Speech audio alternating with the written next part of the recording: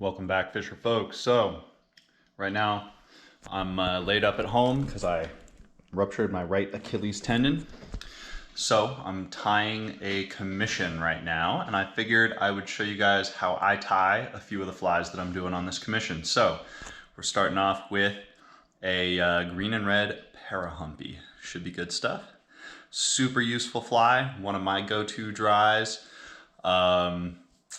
Catches a lot of trout, and every tyer has their own little tips and tricks that they do to tie their flies. So I'll show you guys how I do this one. Let's get into it.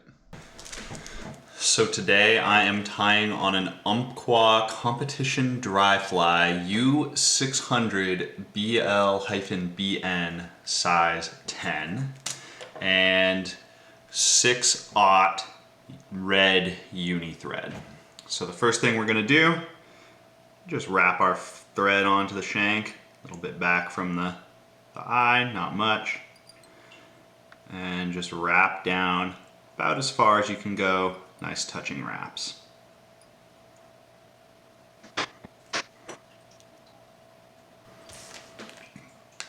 Next, we are going to grab some Hairline Comparadun natural fur. Super interesting because this is also Comparadun natural fur. Clearly much different colors, and I like this darker one more for this. So we're gonna trim off a little bit. You really don't need that much. I don't know if you guys can see, but that's what I'm gonna use. Trim that off at the base. Groom that a little bit, just kind of grab the ends and pull on both sides. And then I have a super cheap fur stacker, hair stacker, but drop that in there. A few good taps. All the ends are nicely lined up. Pull that on out of there. Now here's one of the tricky parts. I find it's always easy to make a tail a little too long. So underestimate how short that tail is going to be. Lay that along the top of the shank. One nice light wrap and another. Now I got to pull out a little more line. Then I want all these staying in one nice bunch up along the top. So super loose wraps is going to keep everything neat. And I'm going to go up to just a touch past the halfway mark. The real trick to tying nice flies is getting a good sense of the proportions, and that just comes with some practice on a pattern. Okay, that looks about right to me. Now I'm going to go ahead and tighten that down. Now that I have it where I want it, it doesn't matter if those splay out so much. Trim those off nice and close, and then nice touching wraps as even as you can get it back to the tail.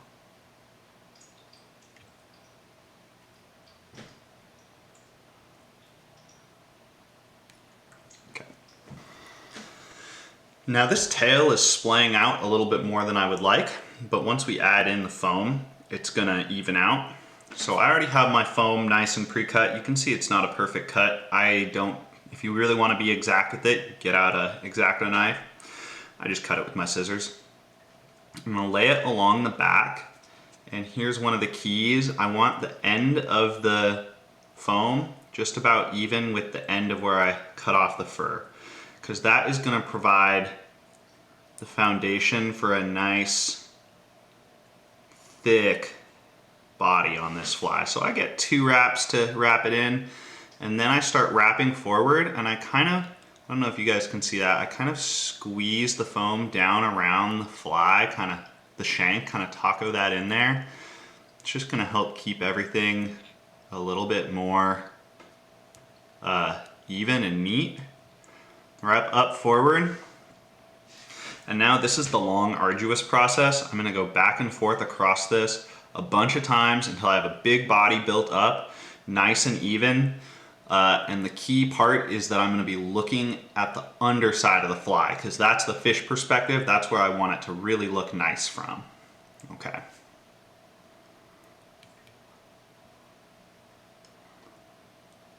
this step takes me a while. And I'd love feedback. If you guys have better ways to do these things, feel free to hit me with them in the comments.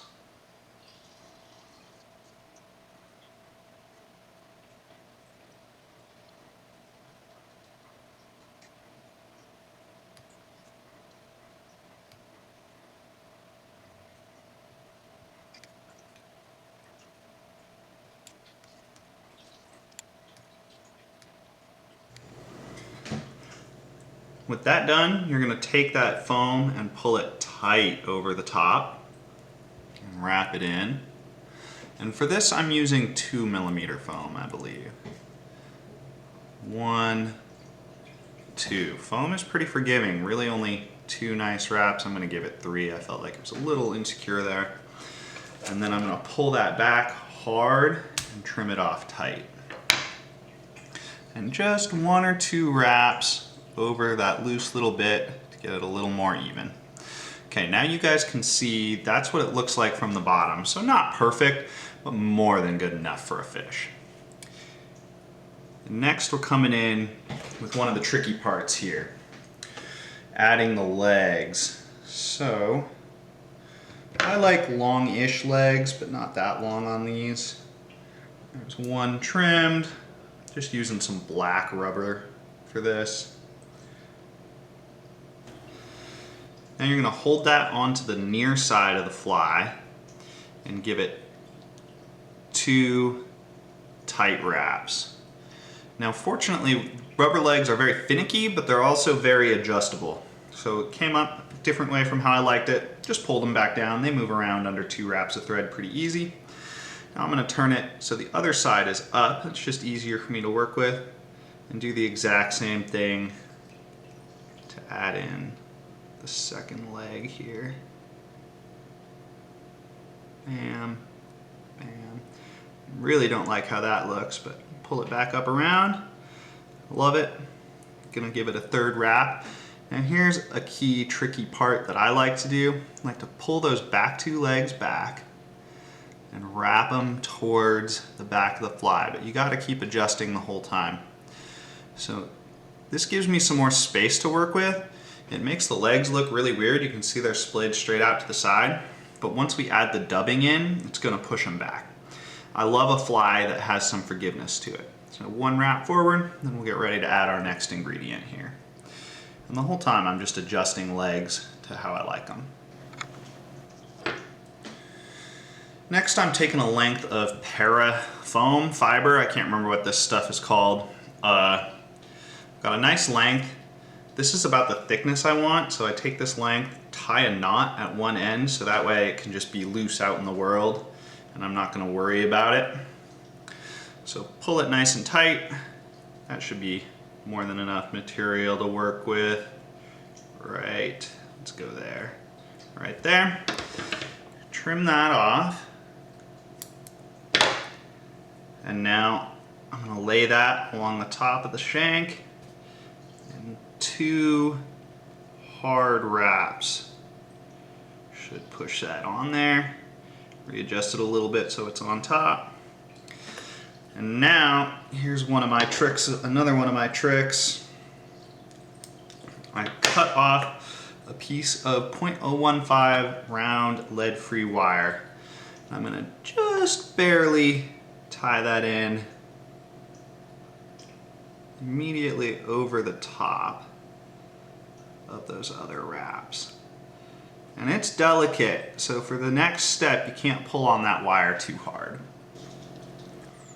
Now the key to a good parachute fly is making a really solid base on this parachute, and it's not that easy to do. It's pretty finicky. So I'm gonna go ahead and let those legs, gotta figure out how to pull everything up without pulling the legs up. And you bring that thread up, slap a wrap around the base and another, and you can pull pretty tight. That's the point of this wire in here. And at first you're going to be wrapping around basically the thread that's holding it onto the shank.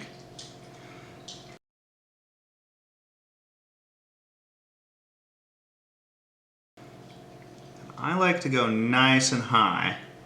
because that's going to provide some real structure to work with when you're adding that hackle in. And now touching wraps back on down, and from here I'm ready to start wrapping back around the fly. But first I like to cut that wire out. The wire makes a huge difference in the wrapping, but I don't want it there in the final product. Alrighty. Now I'm going to grab my C-by Fine Flash dubbing in black, which I love the C-by Fine Flash. And their black has it's kind of a peacock black. It's got green in there. So I've got that. I've got my dubbing wax. Gonna wax that thread. I've got the corner trimmed on the bag so I can just pull fibers out of there. You're really not gonna need much, and the Fine Flash makes it easy to not use too much. So you grab a little bit of that, twist it onto the thread. If you guys have seen other tying videos, been around tying, I'm sure you've heard you can always add more dubbing. You can't take it away so easy. So I've got it wrapped on there, a few nice big wraps around the back here. I like this part to be thick. It puts those legs back to where I want them. I'm even gonna add a little bit more on that back there. It doesn't really matter because I'm adding more dubbing anyway. Pull out some more fibers, that's too much. Get those added onto the thread. I want at least one more wrap in here. Yeah, it's almost too much. How does it look from the bottom? Doing all right. Now I cross over and I'm in front. On top of these legs, oh man, and I'm gonna need just a little more dubbing. That one leg isn't doing what I want it to, but it will eventually here. When you're adding that dubbing, you can really correct the legs a lot. Just a little more flash. Or a little more dubbing, I mean. So I'm gonna want one or two more wraps over the top of these legs. Man, that one's really getting out of order though. Now I'm gonna pull these legs back, put a couple wraps up over the head of the fly here. Bam, bam. And now one back over behind the legs again. And it's not a hard and fast formula. I'm just judging that dubbing as I see it right here. And that should do the trick. Next, our final step, we'll be adding the hackle. Now adding hackle is pretty finicky. Really a lot of things about this fly are pretty finicky. I've got my feather prepped already. I'm kind of running low on the perfect feathers for this, so this is a little bit, the fibers are a little stickier than I'd like, but I've trimmed off one side, really makes it easier to manage. Then on the near side to me, and then the other thing I do, I trim just a little bit off at the bottom on the side of the fibers I actually want, and that helps it wrap in there nicely. So now on the side closest to me, basically pointing down, I'm gonna come up and tie this onto the post of the parachute. And I like 3 hard wraps. Now everything from here on out is happening on the parachute post. So I'm gonna wrap this feather up around a few times and then back down. And just kind of try and weave through all the other fibers on there. Let's come back down. I'm gonna give it 3 wraps and I'm coming underneath all those fibers. You can see how I'm working through there. 1. You can pull pretty hard on this because I've made such a nice base for my parachute. 2, 3. I'm kind of lost count there, so we'll throw in 1 more for good measure. And now we're going to trim that off, hopefully without trimming off too many of these fibers. Okay.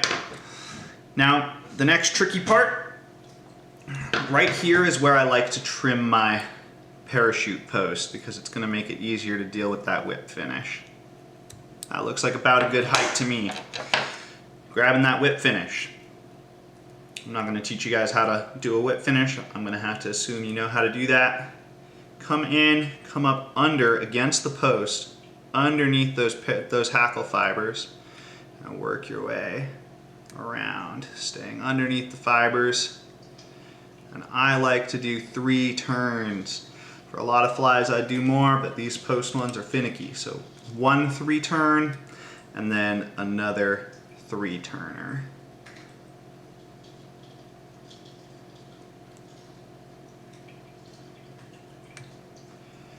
Tighten that down nice.